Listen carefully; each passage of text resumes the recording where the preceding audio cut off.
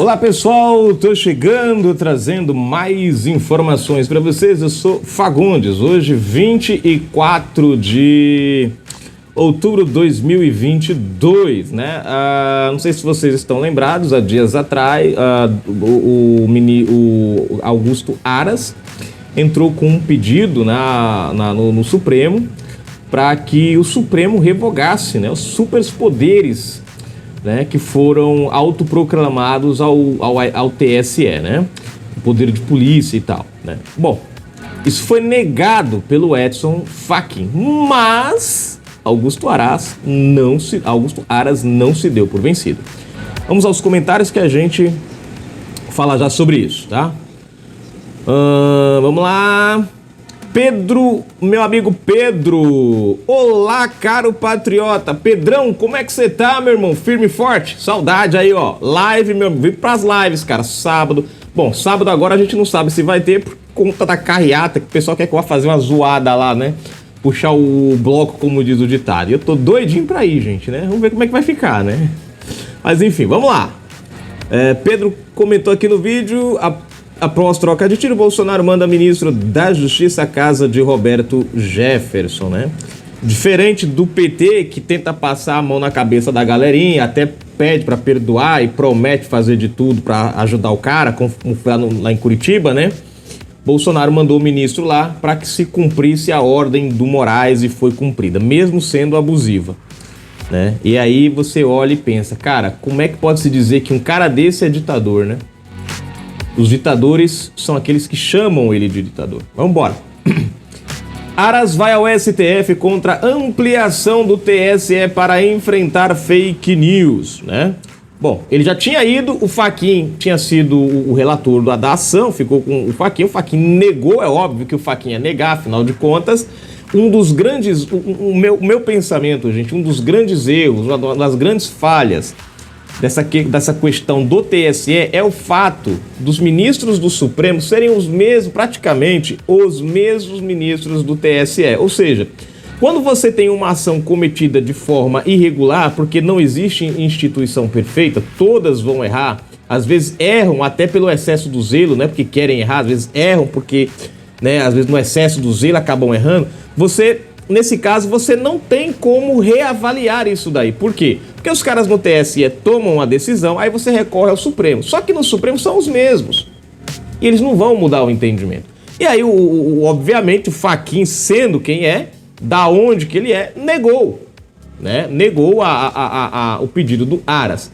Bom, aí esse pedido ficou para entrar no plenário da corte, só que com um detalhe. Esses superpoderes, eles valem até o dia 31 de outubro, ou seja, nós estamos no dia 24, você tem aí 6 dias, em 7 dias, né, para esses poderes vigorarem.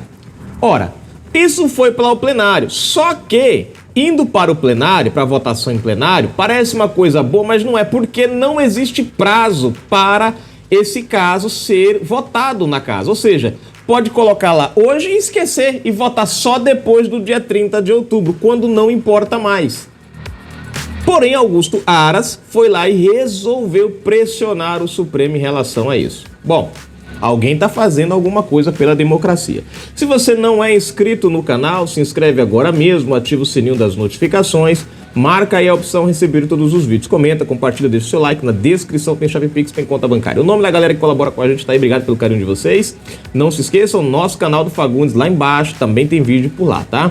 Live todos os sábados às 21 horas, sábado agora, dia 30, a gente tá dia 29, a gente tá, não, dia 30, não, dia 29, dia 29 a gente tá naquela ainda, né, porque tem esse negócio aí da carreata, eu não sei como é que vai ser, mas não se preocupem não que na hora a gente avisa no dia, tá bom? No domingo 23, o Procurador-Geral da República, PGR Augusto Aras, recorreu ao plenário do Supremo Tribunal Federal, STF, de uma decisão do ministro Edson Fachin, que negou um primeiro pedido da PGR para suspender trechos da resolução do Tribunal Superior Eleitoral, TSE, sobre fake news. Presta atenção, gente, é aqui que você vê que a coisa não tá certa, ó. Por unanimidade, o TSE ampliou os próprios poderes para combater a desinformação durante o período eleitoral. Em linhas gerais, a corte pode mandar tirar do ar notícias falsas sem a necessidade de um segundo ofício. Ou seja, é aquele negócio do AI-5. Isso lá dava plenos poderes ao presidente na época para fazer o que bem entendesse. É o que o Supremo fez, é o que o TSE fez agora. E aí, gente, que eu chamo a sua atenção, criticaram tanto Bolsonaro por usurpar poderes, por querer controlar tudo, que são eles mesmos quem estão fazendo. Não há os requisitos necessários para a concessão de uma liminar, além da necessidade de garantir a segurança jurídica quanto ao regramento incidente sobre as eleições, sustentou Fachin ao negar a primeira solicitação da PGR. Né? Deixa eu ver aqui. No recurso, Aras argumentou que a resolução do TSE esbarra nos limites legais do poder regulamentar da Justiça Eleitoral e se revela desproporcional. Deixa eu ver se tem mais alguma coisa aqui. Deixa eu ver. Não nos parece razoável que, com o preço da liberdade de expressão de alguns, seja implementado, sem respaldo em lei em sentido formal, uma regulamentação experimental em tentativa de conter a priori disseminação de notícia falsa, uma vez que há meios menos gravosos e respaldados em lei para combater o mesmo mal, sustentou Aras no recurso ao plenário do STF. Para a PGR, o enfrentamento da disseminação de desinformação ocorre oferecendo dados certos aos cidadãos. É possível combater fake news disponibilizando às pessoas por diversos meios os necessários esclarecimentos, as informações fidedignas com as fontes, afirmou Aras. Bom, na semana passada, o TSE ampliou o poder de polícia da corte, além de permitir a si próprio retirar fake news sem a necessidade de outros ofícios. Atualmente, quando um partido identifica uma fake news, precisa apresentar uma ação ao TSE, pedindo a retirada do conteúdo do ar. Mas, se a suposta mentira for reproduzida em outros meios, novas ações precisam ser apresentadas. O TSE concedeu a si próprio os seguintes poderes. Vamos lá. Primeiro, poderá determinar que as URLs das fake news sejam retiradas do ar em até 2 horas. Às vésperas da votação, a retirada será em até 1 hora. 2. No caso de suposta fake news replicada, o presidente do tribunal poderá estender a decisão de remoção da mentira para todos os conteúdos. 4. O TSE poderá suspender canais que publiquem fake news de forma reiterada. 5. Será proibida propaganda eleitoral paga na internet 48 horas antes do pleito e 24 horas depois do pleito. E aí finaliza a matéria, né? Então tá aqui, gente, a ação do Moraes, do Augusto Aras, em relação à atitude do TSE, né? Lembrando que, pela via de regra, para haver essa alteração, isso deveria ter passado em Congresso e ter sido implementado há 6 meses antes, para ser uma coisa assim, valer de forma legal, antes das eleições. Essas mudanças não podem ser feitas ao arrepio, como eles fizeram. Alterar o negócio em cima da hora. Não pode. Existe um regulamento. Quando as Forças Armadas fizeram um pedido de dados, eles tinham os dados. Mas o que foi que eles disseram? Não, esse pedido tinha que ser feito até tal data. Agora a gente não tem mais obrigação de mandar. Então veja que coisa interessante. Fornecer informação não tinha que ter prazo. Agora, para eles tomarem atitudes, que a gente está vendo que são atitudes que têm, de uma certa forma, mexido com a opinião pública, com o rumo, tem causado instabilidade, né? Aí, isso eles fizeram de última hora. Mas deixa pra lá. Vamos aos comentários aqui rapidinho, né? O importante é que o Aras está lutando para que isso seja revertido. Despachante Aquários, meu amigo, ele escreveu: é verdade,